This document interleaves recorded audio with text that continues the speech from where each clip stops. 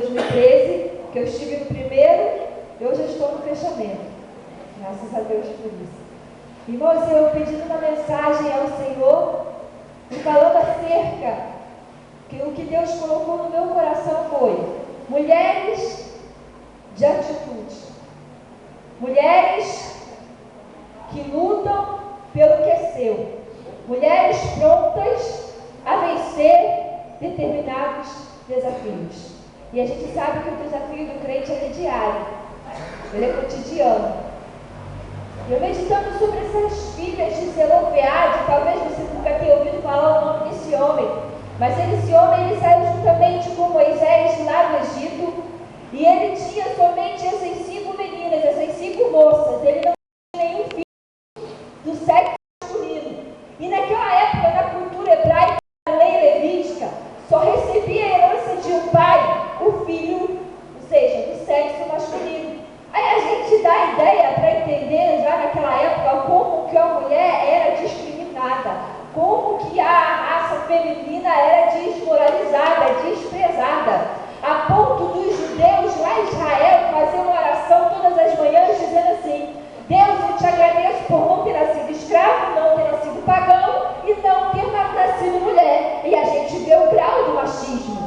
Mas eu louvo a Deus, irmãos, que o cristianismo, em pleno século XXI, a gente comemora dia 8 de março, Dia Internacional da Mulher, mas a sociedade, a mídia lá fora, coloca a homenagem em cima de 120 tecelãs que morreram ali fazendo protesto pelos direitos trabalhosos que elas tinham. Mas eu quero dizer uma coisa para vocês nessa noite: nós não tivemos liberdade, nós não tivemos o nosso valor a partir do dia 8 de março, dessa determinada data que surgiu, não. Há 2000 anos atrás, Jesus ele quebrou todo o paradigma, Jesus ele quebrou toda a tradição, dando total valor às mulheres. Numa época em que ninguém podia conversar, homem nenhum podia conversar ao ar livre, à praça pública com uma mulher, Jesus ele conversou com uma mulher de tão má reputação, à beira de um poço. Aquela que era endemoniada, tinha 7 demônios, Jesus expulsa os demônios daquela mulher é liberta, ela passa a ser uma verdadeira seguidora de Jesus, que é Maria Madalena. Aí a gente vê o evangelista Marcos citando ela com muito prazer, dizendo que foi a primeira mulher, primeira pessoa a ver Jesus ressuscitado. Então a gente vê quando Jesus ele libertou aquela pecadora, Jesus curou aquela que era desenganada pelos médicos, então ele nos dá total valor nessa noite. Temos que lançar a mão do preconceito e acreditar que o mesmo Deus que criou o homem, ele criou a mulher. Então naquela época, naquela cultura, tempos difíceis, mulher não tinha voz. A ponto de a lei ser escrito: só vai receber a herança do pai aquele que for do sexo masculino. Mas e aí? Eu creio que aquelas meninas, aquelas moças se reuniram às 5 e começaram a dizer: nosso pai morreu. E uma viúva e uma órfã naquela época não tinha nenhum recurso, só se organizasse de bondade e misericórdia. Mas eu creio entender nós dizendo assim: ainda que seja difícil, está na lei, mas nós vamos nos levantar e vamos tomar atitudes, vamos tentar fazer alguma coisa. Irmãos, com essas mulheres eu aprendo fé, coragem, ousadia e atitude. Com elas eu aprendo que não basta somente ter fé, eu tenho que ter ação, eu tenho que ter atitude. E os nomes são bem esquisitos. Talvez se eu perguntar aqui, se você tiver uma filha, vai botar um desses nomes, alguém vai dizer não. O primeiro nome é Macla.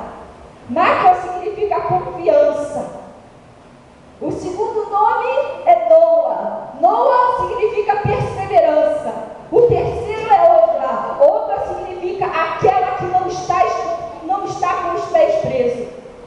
Milca significa autoridade. Eu não estou falando de autoritarismo, de autoridade espiritual, porque Deus ele nos concede nessa noite a autoridade espiritual. Quando nós estamos debaixo do querer e da vontade desse Deus que tudo pode, o Senhor ele nos concede a autoridade espiritual.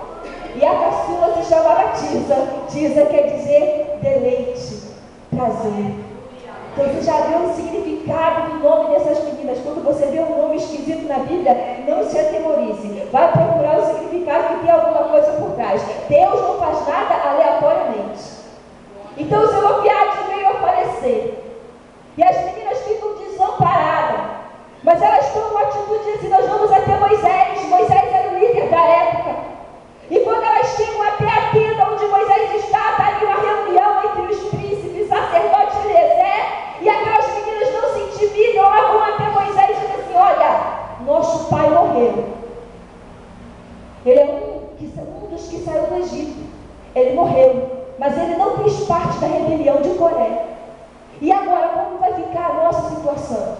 Nós vamos ficar desamparada? Porque a lei diz que somente os filhos do sexo masculino que têm direito à herança. E aí? E Moisés poderia ter dito assim para elas: vai embora. A lei não pode ser defraudada.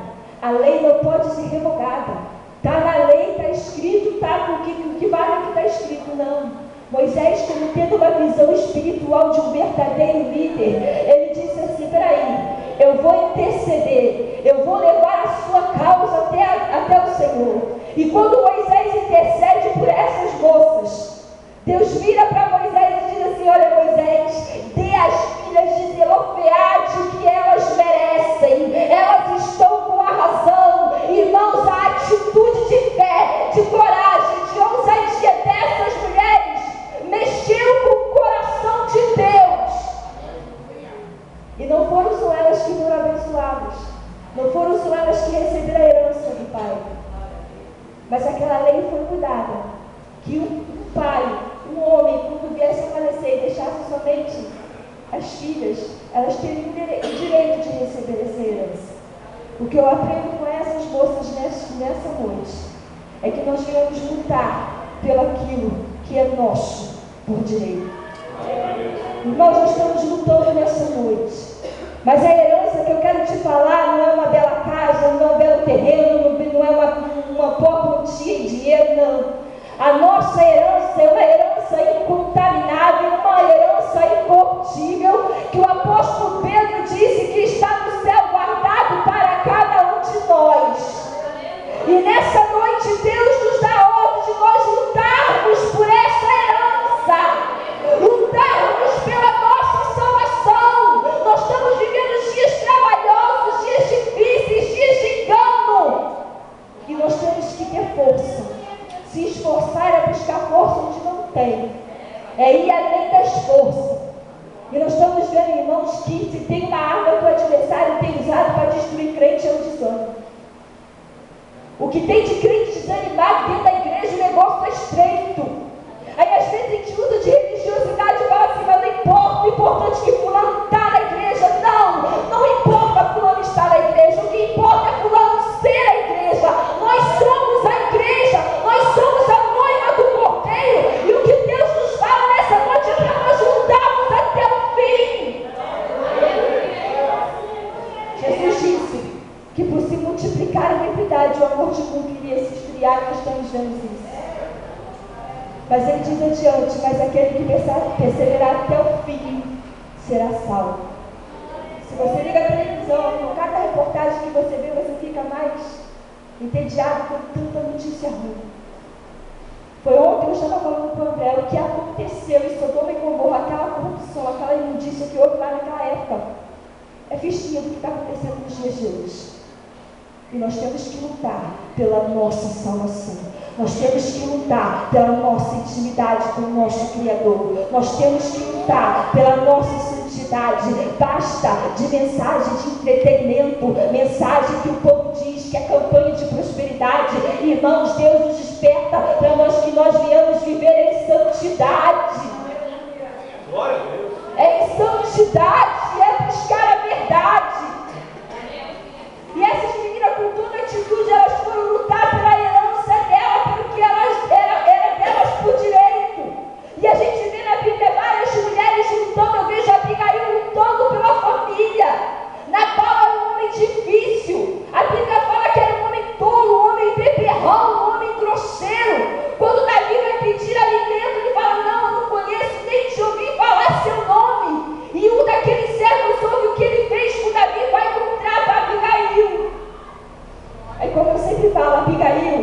Eu creio que aquela mulher estava com a comunhão dela em dia. Ela estava com a oração dela em dia. Porque naquela hora não era hora de chorar, não era hora de entrar para o quarto para orar, não era hora de discutir com Nabal, não era hora de tomar antidepressivo. Aquela mulher automaticamente tomou uma atitude, que é a habilidade que mulher tem. Prepara todos os alimentos, coloca no cesto, vai juntamente com aqueles jovens, diz assim: nós vamos até onde está Davi.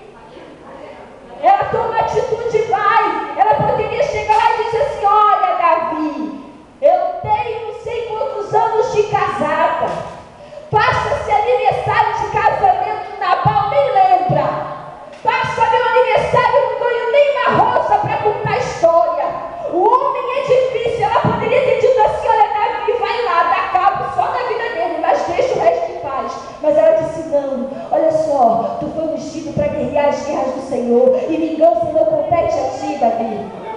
Ou seja, aquela mulher foi lutar pela vida do esposo, foi lutar pela vida da família, porque Davi irado disse que não ia ficar uma criança de pé para contar a história. Então são mulheres de atitudes que se levantam em meio aos desafios difíceis que nós estamos vivendo. São mulheres que têm atitude de se levantar e clamar e orar e chorar aos pés do Senhor, ainda que todos digam é impossível, mas ela está clamando, está orando ao Deus que tudo pode, ao Deus que tudo faz. Louvado seja o nome do Senhor. E o que eu acho interessante, irmãos, na sabedoria dessas meninas e na sabedoria de Abigail, eu vejo quando elas desarmam Davi. Davi estava irado com seus 400 homens e ela consegue desarmar Davi. Salomão disse que a resposta branda acalma todo furor. E Davi disse assim: olha, bendito, bendito é o teu conselho, bendita és tu, mulher, que tu vieste ao meu encontro e me evitaste de fazer alguma loucura. E ainda disse assim: olha, Abigail, vai em paz para a tua casa, porque tudo aquilo que estava na minha mente já se acalmou. Vai em paz, louvado e engrandecido é o nome do Senhor. Então, continue lutando pelo teu esposo, continue lutando pela sua casa, continue lutando pela sua família, continue lutando pelo seu filho, ainda que a sociedade diga que ele não presta, mas ele é teu, saiu das tuas entranhas. Continue clamando, continue orando, continue chorando aos pés do Senhor pelos teus, lute pelo que é teu de direito. Aleluia. Ou será que a hora que a tempestade vir sobre a nossa casa, irmãos, vamos ficar de braços cruzados? Porque o que é possível em nossas mãos, Deus manda nós tomarmos atitudes. Agora o impossível Ele faz, mas Deus também só efetua livramento e milagre com aquele que tem disposição para lutar. Eu me lembro de nos 37 valentes Davi, Sama, teve uma guerra contra os filisteus, e aqueles filisteus começaram a se reunir num pedaço de terra cheio de lentilha, e aquele pedaço de terra pertencia a Sama. Só que os israelitas, com medo, todos fugiram, e ele ficou ali no meio daquele pedaço de terra, e ele dizia: é meu, eu estou lutando pelo que é meu. Alguém poderia ter dito assim: Sama, sai daí, tu vai perder a vida por causa de um pedaço de terra. Mas ele disse: é meu, e eu estou lutando até o fim. E aqueles filisteus se reuniram ali naquele pedaço de terra, mas a Bíblia diz que ele permaneceu ali e feriu todos aqueles filisteus, porque Deus efetuou um grande livramento. Deus concedeu vitória a Sama, porque ele teve disposição de lutar. E quem não pode defender um pedaço de terra, não pode ter a terra por inteiro. Louvado seja o nome do Senhor. Talvez aquele homem dissesse: isso aqui é herança minha. Para vocês não pode ter valor nenhum, mas para mim tem um valor imensurável. Quando Acabe chega para tentar negociar com Nabote a vinha dele, Acabe ainda fez com desespero, em desprezo, mas ele disse: não, isso aqui é herança dos meus pais, eu não vendo, não negocio, não troco, ninguém vai tirar de mim. Embora houve alguma coisa para arrumar a tragédia contra a vida daquele homem, mas irmãos, eu quero dizer para vocês nessa noite: não negocie, não venda aquilo que o Senhor tem colocado nas nossas mãos. E quem somos nós para negociar o nosso ministério? Quem somos nós para negociar o nosso chamado?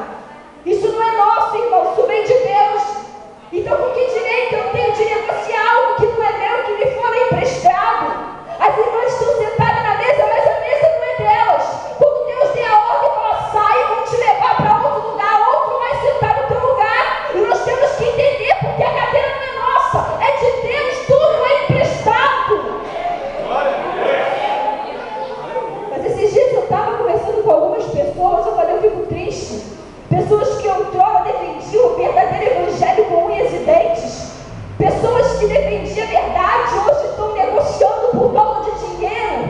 O ministério está virando profissionalismo. Irmãos, isso me deixa muito triste.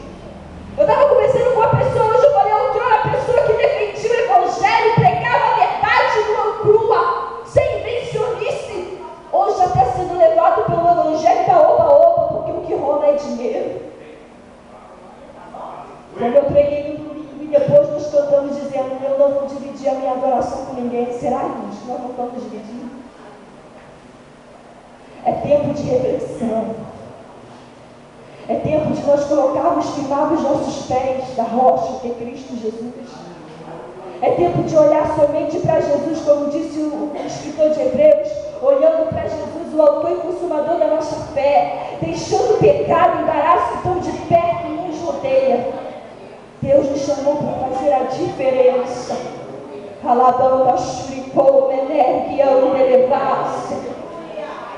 Deus nos cobra nessa noite a intimidade com Ele, irmãos. Nós somos seus filhos, Ele é o nosso Pai. E o Pai tem que ter intimidade com o Filho tem que ter intimidade com o Pai. Jesus, Ele disse assim, eu sou a videira verdadeira e vós sois o ramos. O ramo, ele está enxertado na videira. Isso fala de intimidade. Nós precisamos voltar a buscar a nossa intimidade com o nosso Criador. Aleluia. Nós temos que estar com a nossa comunhão em dia. Nessa noite, lute pela tua comunhão. Lute pela tua adoração verdadeira. Lute pela tua santidade. Porque Jesus, em breve vem buscar a sua noiva amada. E a noiva do Cordeiro, ela tem que estar pronta, preparada, adornada. Jesus veio buscar uma igreja lavada e remida de sangue dele, sangue precioso. E que eu fico triste às vezes, eu converso muito com irmãs, e teve um dia desses que teve uma irmã que falou assim para mim, moço, eu não aceito certo tipo de coisa, no favoritismo no meio da igreja. Eu falei, não era para existir, porque não importa da família que você veio, não importa a tua condição social.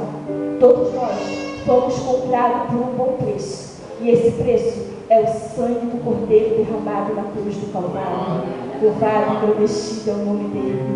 Exaltado, enaltecido é o nome do Senhor. Então essas mulheres nos deixam exemplo hoje de fé, coragem, ousadia e atitude. Final de 2013 está se findando. Eu já estou vendo crente frustrado, porque tem crentes dizendo assim, foram feitas promessas e as promessas não se cumpriram. Eu quero dizer uma coisa para você, querido, nessa noite. Deus, Ele não está resumido no calendário de 12 meses. Na nossa lógica humana, nós temos um calendário que vai de janeiro até dezembro. Findou, nós vamos entrar em 2014. Mas o nosso Deus, Ele é infinitamente mais. O nosso Deus, Ele é santo, Ele é soberano, Ele é a verdade absoluta. E Ele não está resumido no calendário de 12 meses. Eu já tenho ouvido crente falar que vai chutar o pau da barraca se na virada não acontecer aquilo que ele queria que acontecesse em 2013. Irmãos, nós precisamos parar de ser meninos e termos maturidade espiritual com o nosso Deus. Ele não está resumido no calendário de 12 meses. O tempo é dele, a hora é dele, a estação é dele, ele faz o que ele quer. Não adianta você correr para chegar adiantado, não adianta você se arrastar para chegar atrasado. O tempo é dele, a vontade é dele, o querer é dele. Só se nós estamos aqui nessa noite com fôlego de vida, é por causa dele. A glória pertence somente a ele. Louvado seja o nome do Senhor. Agradecido é o nome dele. Então eu não sei qual é a circunstância que você está vivenciando nos últimos dias, mas essas mulheres nos ensinam a lutarmos, a termos fé, a termos coragem, a termos atitude e termos ousadia. Então confiança, uns confiam em carros, outros em cavalos, mas nós estamos fazendo menção do nome do Senhor nessa noite. O Noa nos ensina a sermos perseverantes, é se alegrar na tristeza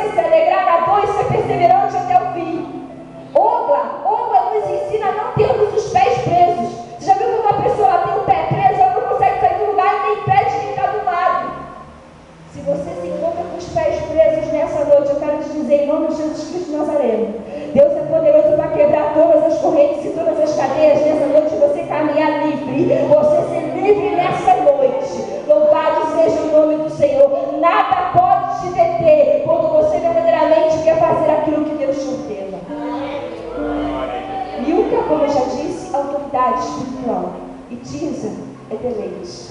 Quando o crente é obediente, ele só tem deleite na presença do Senhor. Ou seja, ele tem prazer de estar na presença do Senhor. Ele não tem obrigação moral, eles têm prazer. Louvado seja o nome do Senhor. Então, irmãos, firmes e constantes, sempre abundantes na presença do Senhor, nosso Deus. Louvado seja o nome do Senhor. Irmãos, eu gostaria de fazer uma dinâmica aqui com os irmãos. É bastante simples, mas eu gostaria que você prestasse atenção. Nós estamos falando de fé, falando sobre fé nessa noite. E o nome desse barquinho, ele se chama o Barquinho da Fé.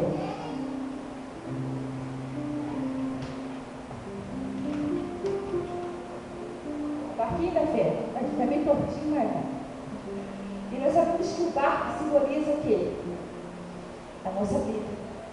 O mar são as tempestades, as dificuldades que nós enfrentamos no nosso dia a dia. E existem 5 inimigos que tentam atrofiar a nossa fé. O primeiro inimigo é preocupação, o segundo é medo, o terceiro é dúvida, o quarto é desânimo e o quinto é incredulidade. E o nosso barco, ele está no mar. Às vezes o mar ele está calmo, às vezes está indo tudo bem. Mas de repente, como aconteceu lá com os discípulos, a embarcação estava toda tranquila, Jesus estava na ponta do barco. Mas de repente vem um vendaval, vem uma dificuldade daqui, uma notícia ruim de lá. E o mar começa a ficar revolto. E se nós não tivermos a nossa fé alicerçada em Cristo, se nós não estivermos verdadeiramente firmes na pessoa de Cristo Jesus, o nosso barco pode naufragar. Então, como eu já disse, já falei dos 5 inimigos. E quando o teu barco, a tua vida tiver essa dificuldade toda, é necessário você tirar algum peso do seu barco. E o primeiro peso que eu quero tirar é a preocupação, é o medo e a dúvida.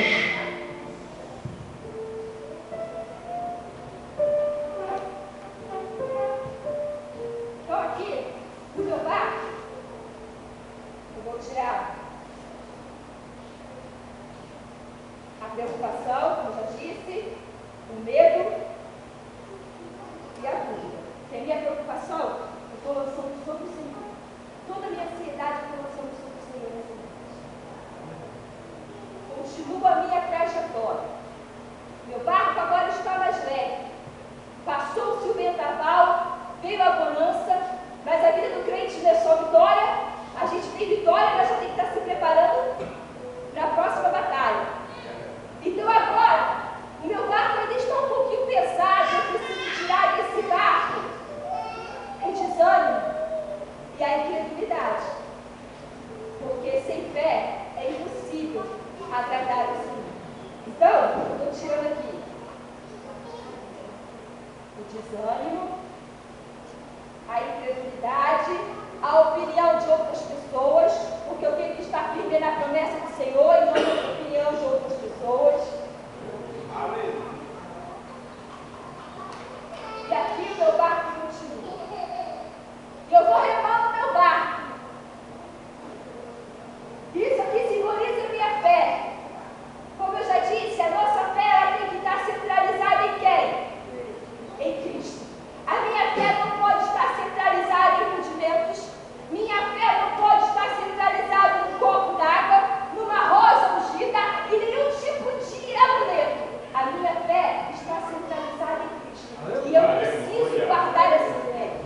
Sempre tem alguém querendo roubar a sua fé. Você precisa guardar bem a sua fé. Pronto. Aqui eu preciso.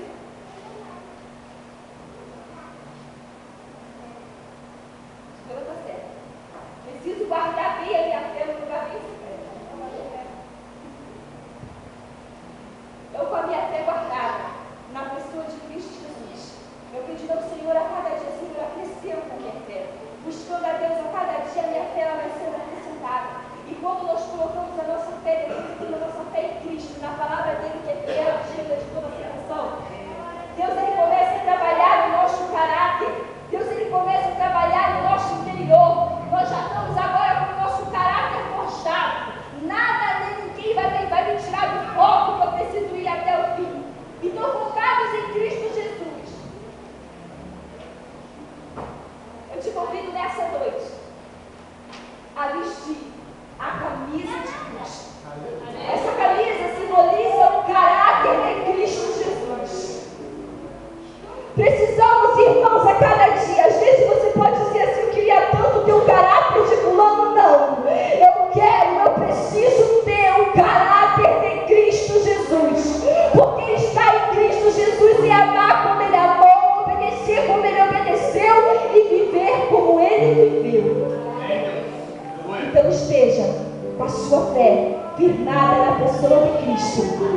vista a camisa de Cristo nessa noite, que simboliza o caráter dele. E que o Senhor Jesus continue vos abençoando abundantemente. Vamos, irmãos, perseverar até o fim. Eu sei que vem dias difíceis. Eu perguntar a alguém aqui, você já ficou desanimado? Se alguém dizer que não, está mentindo. Porque o desânimo, ele bate na nossa porta todos os dias. Mas é nessa hora que nós temos que clamar. É na presença dele que encontramos ânimo para vencer o desânimo. Amém? Que Deus continue nos abençoando em nome do Senhor Jesus.